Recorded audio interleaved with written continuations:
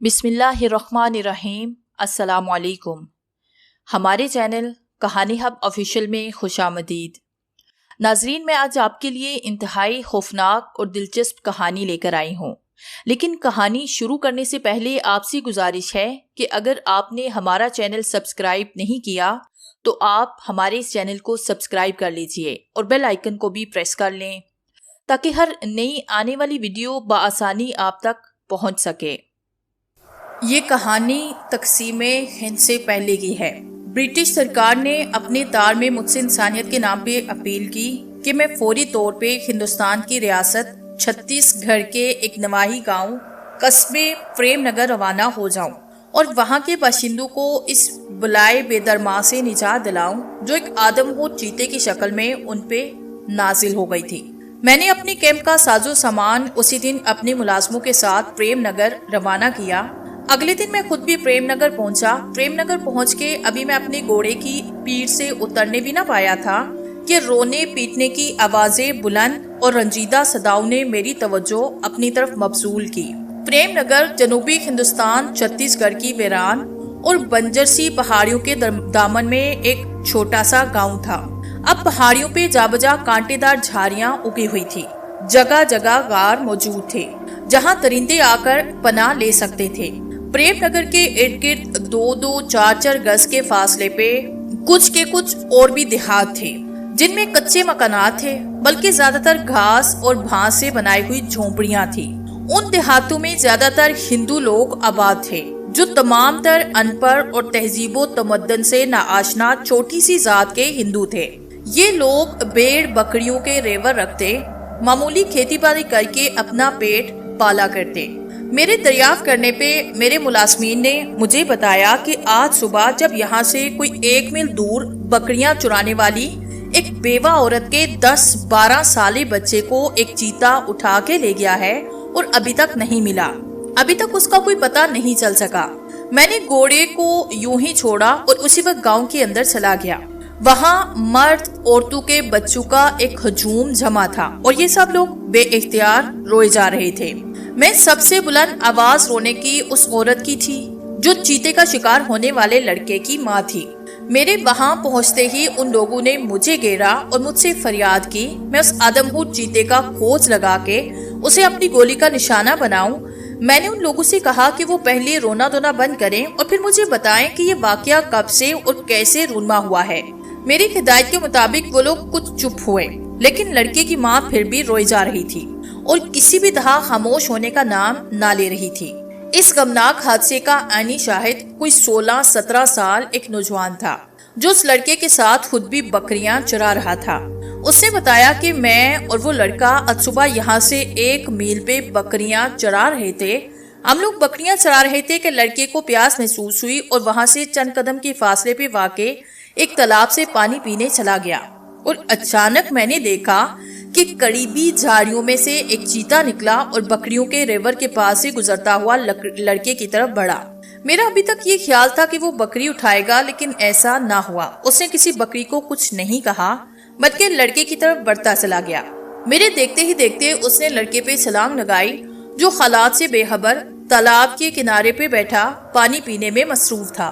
उसने उसकी गर्दन पकड़ी और लड़के को घसीटता हुआ जिस तरफ से आया था उसी तरफ झाड़ियों में घुस गया। ये वाकया कुछ इतनी तेजी से पेश आया कि मैं घबराहट में लकड़े को इस खतरे से खबरदार भी ना कर सका और फिर मारे डर के वहाँ से गांव में भाग आया। लोगों ने मुझे मजीद बताया, कहा 3 माह के अरसे में 15 के करीब मर्द औरतों और बच्चों को अपना निशाना बना लिया है।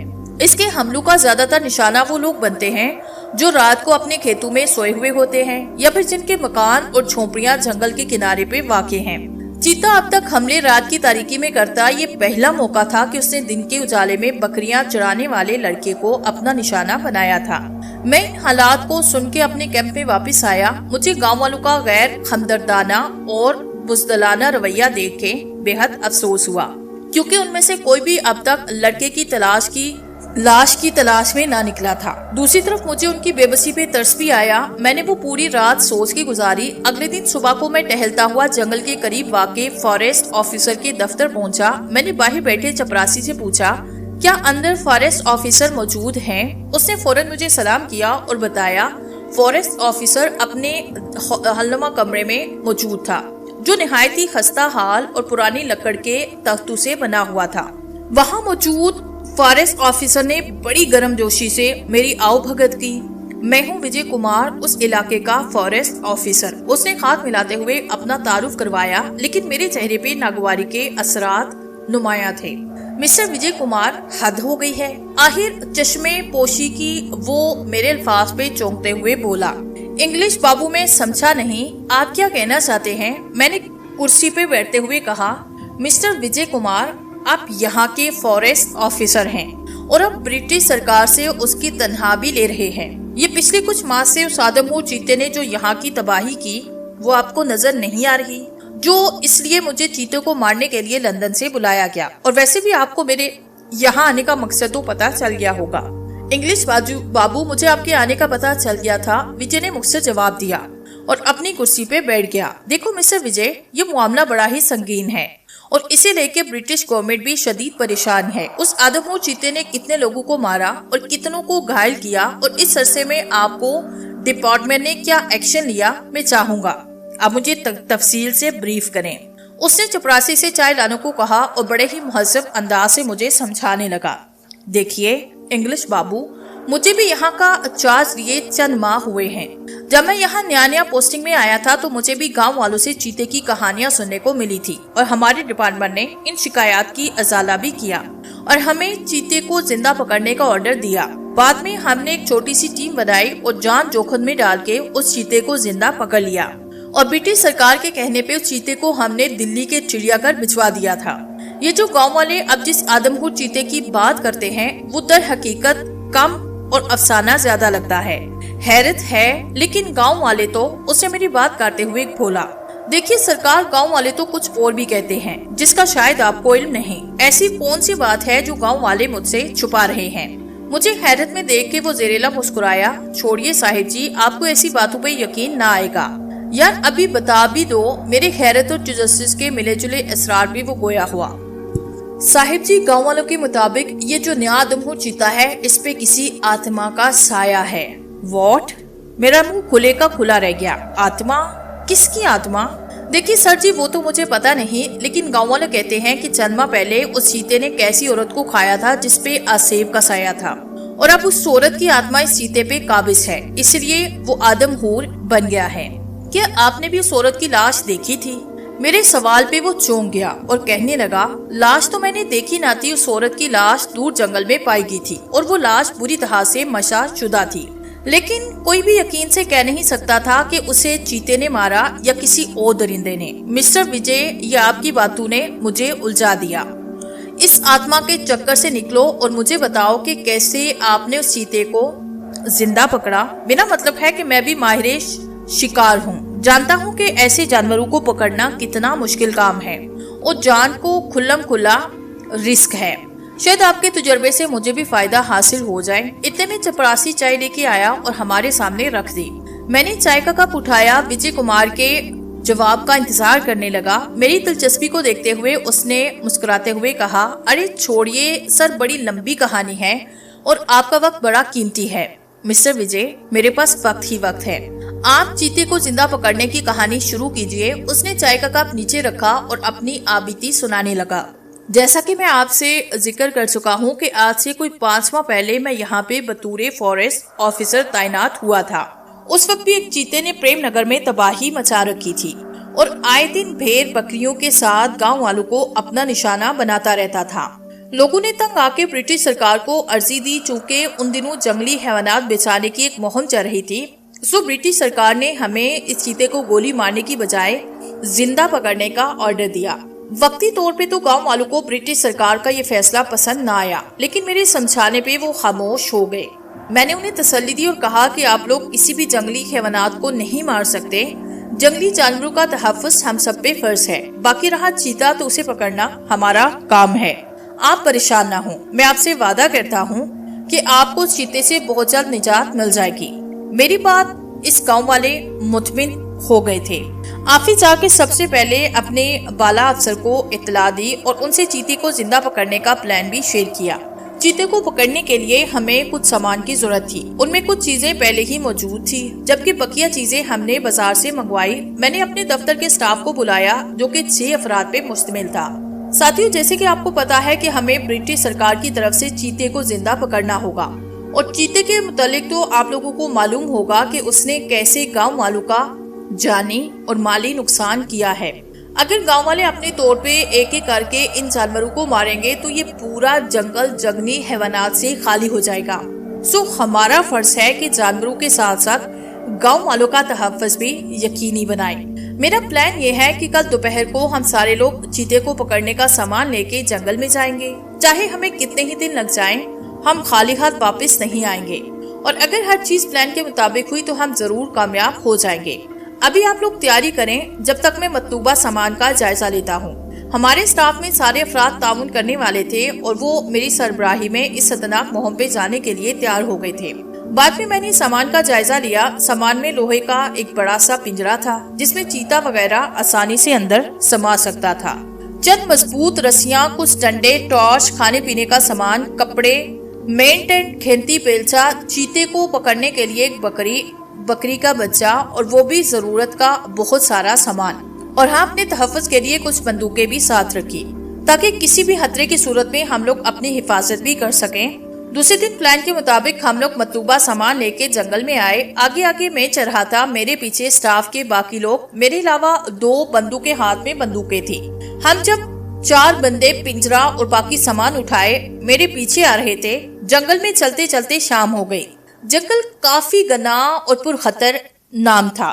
हर तरफ परिंदों और जंगली जानवरों की आवाजें आ रही थी। हम बड़ी एहतियात से चीते के ठिकाने की तलाश कर रहे थे। चूंकि वो पहाड़ी जंगल था, इसलिए हमें यकीन था कि चीता किसी छोटे मोटे गार में ही रहता होगा। अंधेरा होने को था, इसलिए मैंने अपने स्टाफ से कहा, अंधेरा होने से पहले हमें अपने रहने के लिए हीमे लगाने चाहिए, बाकी तलाश कल के लिए। मेरे कहने के मुताबिक एक जगह का इंतखाब किया गया और वहीं पे टेंट लगाना शुरू कर दिए।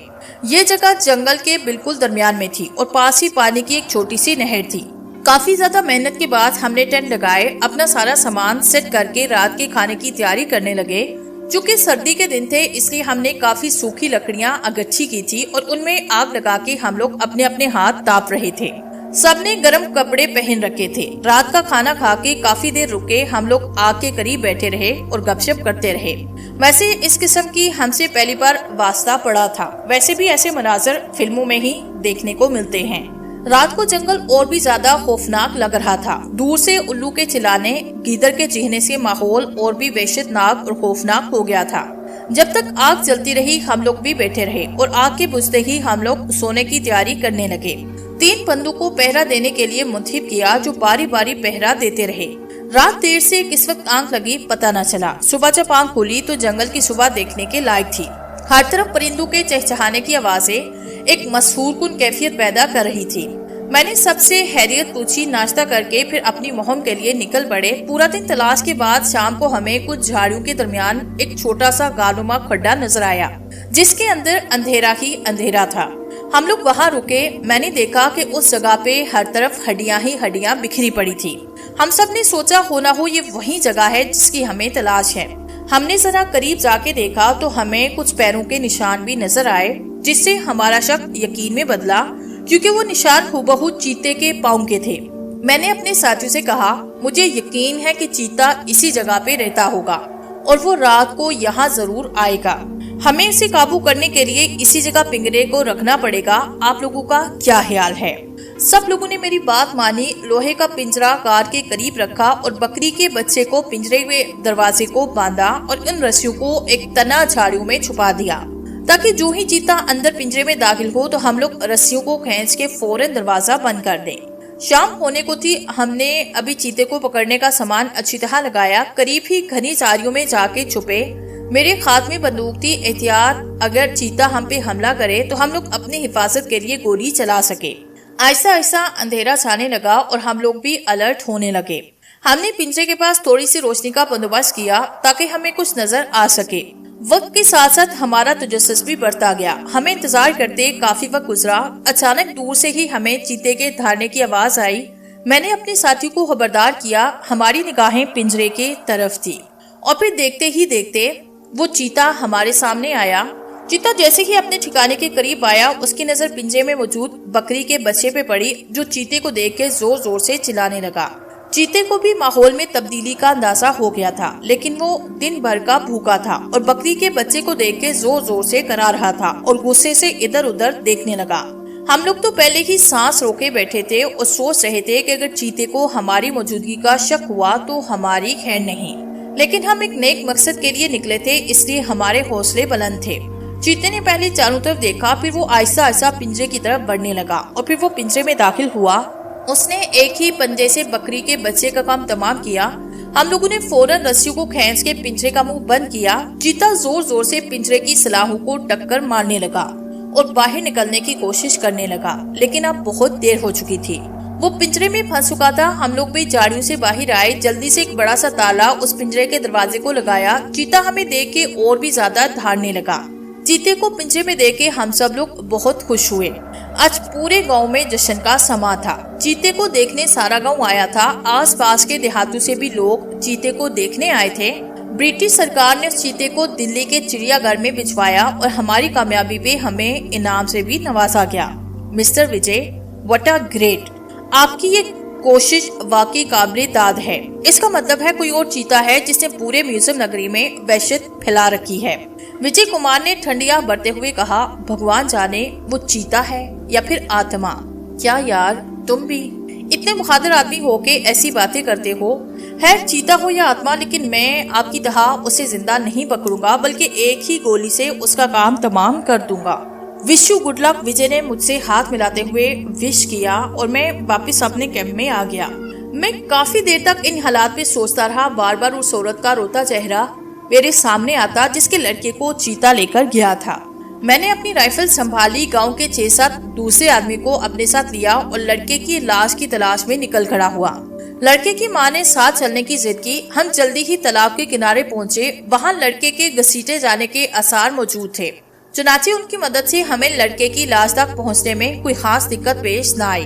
चीते ने लड़के की लाश को एक खुश्क नाले में एक झाड़ी के नीचे छुपा रखा था। उसने लड़के की एक टांग का कुछ हिस्सा खाया, बाकी लाश मौजूद भी, लेकिन उसका हुलिया ऐसे बिगड़ चुका था। लाश की हालत जैसे भी थी, लेकिन ममता की मारी माँ ने इसे कोई परवाह न की और तेजी से लाश की तरफ बढ़ी। फिर वो घुटनों के बल बैठी, लाश को उठा के अपनी गोद में रखा। वो दारे मार मार के रोती रही। ये दिलदोज मंजर देख के हम सब मुतासिर हुए बगैर ना रह सके। हम सब की आंखों में भी आंसू बह निकले। मैंने उस औरत को सब्र की तलकीन की और बड़ी मुश्किल से उसे खामोश करवाया।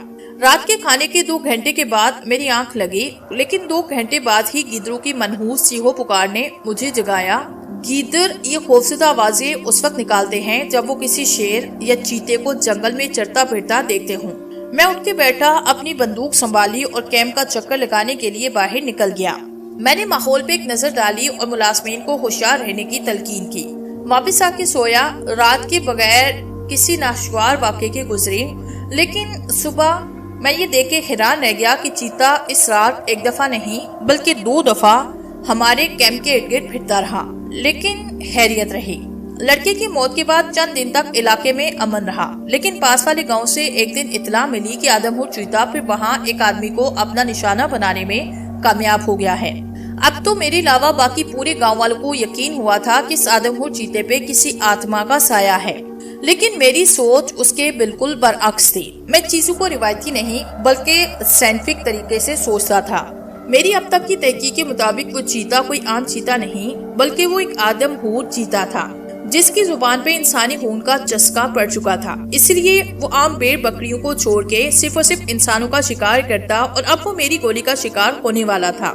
इस वाक़े के 2 दिन के बाद मैं शाम को घोड़े पे सवार चला रहा था कि मेरे साथी ने मुझे एक चीता दिखाया जो हमसे कोई 200 गज पे एक पहाड़ी की चट्टान पे बैठा था। मैं निशाना ले रहा था कि चीता उठ खड़ा हुआ और शायद उसका इरादा इधर उधर छलांग लगाने का था, लेकिन मेरी राइफल चल चुकी थी। गोली उसके सीने में लगी और वो पलट के पीछे की तरफ गिर पड़ा।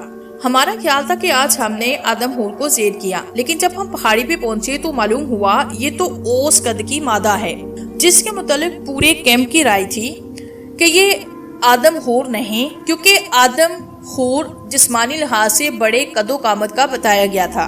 अभी हम इस मामले पे गौर ही कर रहे थे कि अगले दिन हमें ये इतला मिली कि सुल्तानपुर गांव से एक लड़का गुम हुआ है। लड़का अपने दोस्तों के साथ जंगल में से सूखी लकड़ियां चुनने के लिए गया था कि वहीं गुम हुआ। उसे बड़ा तलाश किया मगर उसका कोई निशान न मिला। यहाँ एक जगह कुछ खून जरूर पड़ा हुआ मिला। लड़के के गुम होने की खबर मुझे उस दिन बाद इन दोपहर में मिली।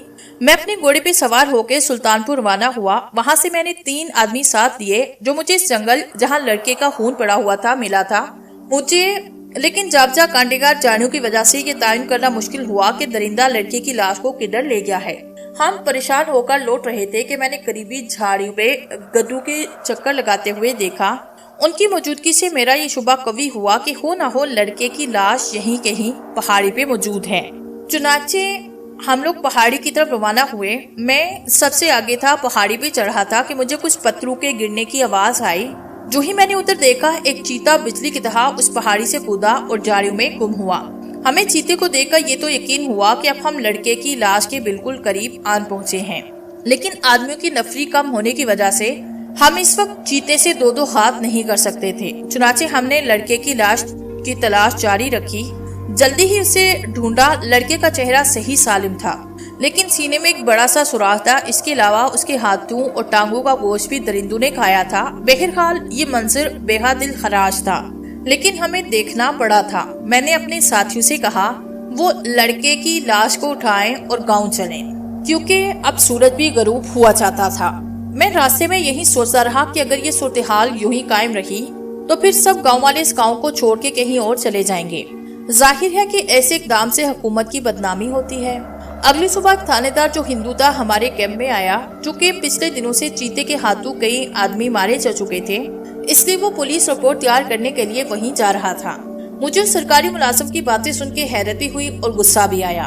उसने कहा कि ये चीता दरअसल कोई बदरू है जो चीते की शक्ल इख्तियार कर गई है, इसलिए मुझे चाहिए कि मैं इसका बिल्कुल पीछा ना करूं, बल्कि वापस चला जाऊं। हो सकता है कि कल को मुझे इससे नुकसान पहुंचे या मेरा कोई आदमी इसके हाथों मारा जाए। थानेदार की बेखुदा बातों का मुझ पे कोई असर न हुआ। बहरहाल वो चला गया। पहले मिस्टर विजय की आत्मा अब थानेदार की बदलू में सेरेला मुस्कुराया। मेरा कैंप वहीं लगा रहा। अगला हफ्ता पूरे का पूरा बगैर किसी हादसे के हैरत से गुजर गया। मैं हैरान था कि चीता कहाँ गया। एक शाम को मैं मामूल के मुताबिक सैर को नहीं निकला, बल्कि कैंप के बाहर एक किताब के मुताले में मसरूफ था कि मेरा साईं खामता हुआ भागता हुआ मेरे पास आया। उसने कहा कि एक चीते को हमारे कैंप से कुछ 200 गज दूर आदमियों के दरख्तों के झुंड से गुजरकर नाले की तरफ जाते हुए देखा है। मैंने इससे कुछ ज्यादा नहीं सुना और फौरन उठा और अपने हिम्मत से राइफल संभाली और उस तरफ दौड़ पड़ा जिसकी तरफ निशानदेही साईं ने की थी। नाले के किनारे पहुंच के मुझे एक मटपा तो कुछ नजर न आया, लेकिन दूसरे लम्हे मैंने देखा कि नाले के दूसरे किनारे के पेश पुष्ट पहाड़ी ढलान पे एक चीता आहिस्ता आहिस्ता कदम रखता हुआ ऊपर चढ़ा है। अगरचे उसने मुझे देख लिया था, ताहम इसके बावजूद उसने अपनी चाल में कोई फुर्ती या तेजी ना दिखाई।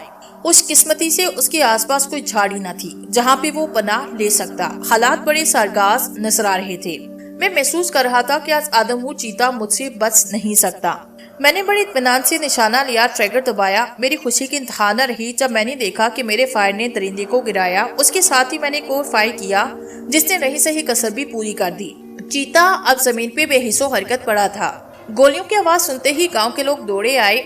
चीते को जाके देखा तो सबकी ये राय हुई कि आदमहू चीता जो इस इलाके के लोगों के लिए वबाले जान बना हुआ था, अब क्या था। देहातियों ने जोशे मुसरत से मेरी जे के नारे लगाए। ये खबर जंगल में आग की तरह फैली। चीते को देखने दिखाने का सिलसिला अगले दिन तक जारी रहा। रवाना होने से पहले मैंने गांव के नंबरदार फॉरेस्ट ऑफिसर विजय कुमार और सुल्तानपुर के थानेदार को आदमहू चीते की तरफ इशारा करते हुए कहा, वो रही आपकी आत्मा और बदरू। मेरे तंजिया जुमले पे वो जेरेला मुस्कुराने लगे। मैंने जाते हुए उन्हें अपना सामान लंदन के एड्रेस पे दिया और कहा कि दोबारा कोई और चीता अगर आप लोगों को तंग करे तो एक चिट्ठी जरूर लिख देना। काफी अरसे बाद भी कोई छुट्टी नहीं आई तो मुझे भी एहसास हुआ कि मेरा निशाना ठीक लगा था।